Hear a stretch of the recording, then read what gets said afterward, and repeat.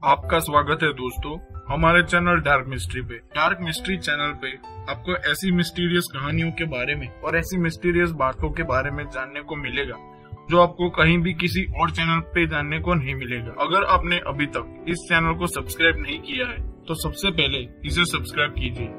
तो आज के विषय में हम जानेंगे इस्लाम में 3 तलाक की वो हकीकत जिसे मुसलमान भी ठीक से नहीं जानते।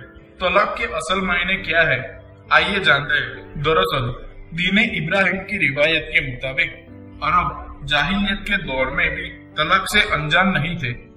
उनका इतिहास बताता है कि तलाक का कानून उनके यहाँ भी लगभग वही था जो अब इस्लाम में है, लेकिन कुछ बिदअतें उन्होंने इसमें दाखिल कर दी थी। किसी जोड़े में तलाक की नौबत आने से पहले हर किसी की यह कोशिश होनी चाहिए कि जो रिश्तों की डोर एक बार बंध गई है उसे मुमकिन हद तक टूटने से बचाया जाए।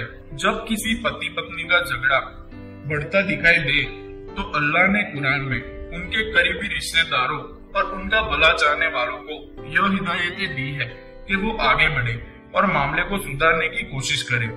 इसका तरीका कुरान ने ये बतलाया है कि एक फैसला करने वाला शौहर के खानदान में से मुकर्रर करे और एक फैसला करने वाला बीवी के खानदान में से चुने और वो दोनों पक्ष मिलकर उनमें सुलह करने की कोशिश करें। इससे उम्मीद है कि जिस झगड़े को पति पत्नी नहीं सुलझा सके वो खानदान के बुजुर्ग और दूसरे हमदर्द लोगों के बीच में आने से सुलझ जाए। कुरान ने इसे कुछ यूं बयान किया है, और अगर तुम्हें शौहर बीवी में फूट पड़ जाने का अंदेशा हो तो एक हकम मर्द के लोगों में से और एक औरत के लोगों में से मुकर्रर कर दो। अगर शौहर बीवी दोनों सुलह जाएंगे तो अल्लाह उनके बीच सुलह करा देगा। बेशक अल्लाह सब कुछ जानने वाला और सबकी खबर रखने वाला है। इसके बावजूद भी अगर शौहर और बीवी दोनों या दोनों में से एक ने तलाक का फैसला कर लिया है तो शौहर बीवी के खास दिनों के आगे आने का इंतजार करे और खास दिनों के गुजर जाने के बाद जब बीवी पाक हो जाए तो बिना हम बिस्तर हुए कम से कम 2 जिम्मेदार लोगों को गवाह बनाकर उनके सामने बीवी को एक तलाक दे। यानी शौहर हर बीवी से सिर्फ इतना कहे कि मैं तुम्हें तलाक देता हूँ। तलाक हर हाल में एक ही दी जाएगी, 2 या 3 या 100 नहीं। जो लोग जिहालत की हदें पार करते हुए 2, 3 या 1000 तलाक बोल देते हैं, ये इस्लाम के बिल्कुल खिलाफ अमल है और बहुत बड़ा गुनाह है। अल्लाह के रसूल सल्लल्लाहु अलैहि वसल्लम के फरमान के मुताबिक जो ऐसा बोलता है वो इस्लामी शरीयत और कुरान का मजाक उड़ा रहा होता है। इस एक तलाक के बाद बीवी 3 महीने यानी 3 हैज शौहर के ही घर रहेगी और उसका खर्च भी शौहर ही के जिम्मे रहेगा, लेकिन उनके बिस्तर अलग रहेंगे। कुरान ने सूरे तलाक में हुक्म फरमाया है कि इद्दत पूरी होने से पहले ना तो बीवी को ससुराल से निकाला जाए और ना ही वो खुद निकले। इसकी वजह कुरान ने ये बतलाई है कि इससे उम्मीद है कि इद्दत के दौरान शौहर बीवी में सुलह हो जाए और वो तलाक का फैसला वापस लेने को तैयार हो जाए। अक्ल की रोशनी से अगर इस हुक्म पर गौर किया जाए तो मालूम होगा कि इसमें बड़ी अच्छी हिकमत है। हर माशरे में बीच में आज भड़काने वाले लोग मौजूद होते ही हैं।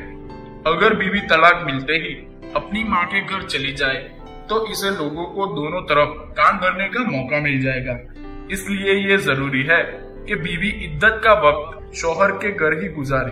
फिर अगर शौहर बीवी में इद्दत के दौरान सुलह हो जाए तो फिर से वो दोनों बिना कुछ किए शौहर और बीवी की हैसियत से रह सकते हैं। इसके लिए उन्हें सिर्फ इतना करना होगा कि जिन गवाहों के सामने तलाक दी थी उन्हें खबर कर दे कि हमने अपना फैसला बदल दिया है। कानून में इसे ही रुजू करना कहते हैं और यह जिंदगी में 2 बार किया जा सकता है, इससे ज्यादा नहीं। शौहर रुजू ना करे तो इद्दत के पूरा होने पर शौहर बीवी का रिश्ता खत्म हो जाएगा।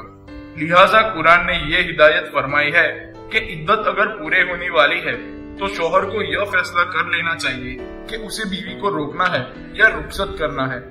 दरअसल दोनों ही सूरत में अल्लाह का हुक्म है कि मामला भले तरीके से किया जाए। सूरे बकरा में हिदायत फरमाई है कि अगर बीवी को रोकने का फैसला किया है तो यह रोकना बीवी को परेशान करने के लिए हरगिज नहीं होना चाहिए, बल्कि सिर्फ भलाई के लिए ही रोका जाए।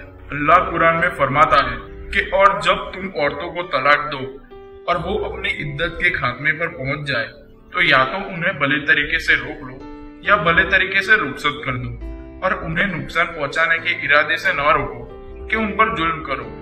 और याद रखो कि जो कोई ऐसा करेगा वो हर हकीकत पर अपने ही ऊपर जुल्म ढाएगा।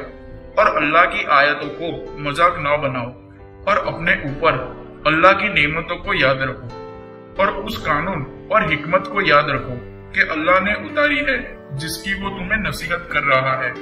और अल्लाह से डरते रहो और ध्यान रखो कि अल्लाह हर चीज से वाकिफ है। और जब उन्हें जुदा होना होता है, इस मौके पर कुरान ने कम से कम 2 जगह इस बात पर बहुत जोर किया है, मर्द ने जो कुछ बीवी को पहले गहने, कीमती सामान, रुपये या कोई जायदाद तोहफे पे तौर पे दी है तो उसका वापस लेना शोहर के लिए बिल्कुल जायज नहीं है। वो सब माल जो बीवी को तलाक के पहले दिया था वो अब भी बीवी का ही रहेगा और वो उस माल को अपने साथ लेकर ही घर जाएगी। शोहर के लिए वो माल वापस मांगना या लेना या बीवी पर माल वापस करने के लिए किसी तरह का दबाव बनाना बिल्कुल जायज नहीं है। इसके बाद तलाक देने वाला मर्द और औरत जब कभी जिंदगी में दोबारा शादी करना चाहे तो वो कर सकते हैं। इसके लिए उन्हें आम निकाह की तरह ही फिर से निकाह करना होगा और शोहर को मेहर देने होंगे और बीवी को मेहर लेने होंगे। अब फर्ज करें कि दूसरी बार निकाह करने के बाद कुछ समय के बाद उनमें फिर से झगड़ा हो जाए और उनमें फिर से तलाक हो जाए तो फिर से वही पूरा प्रोसेस दोहराना होगा जो ऊपर बताया गया है। तो दोस्तों, आज का विषय यहाँ पर समाप्त होता है। अगली बार मिलते हैं नए विषय के साथ। तब तक हमारे चैनल से जुड़े रहिए और इस चैनल को सब्सक्राइब करना मत भूलिए। अगर ये जानकारी आपको पसंद आई हो तो अपने दोस्तों के साथ इसे जरूर शेयर कीजिए। धन्यवाद।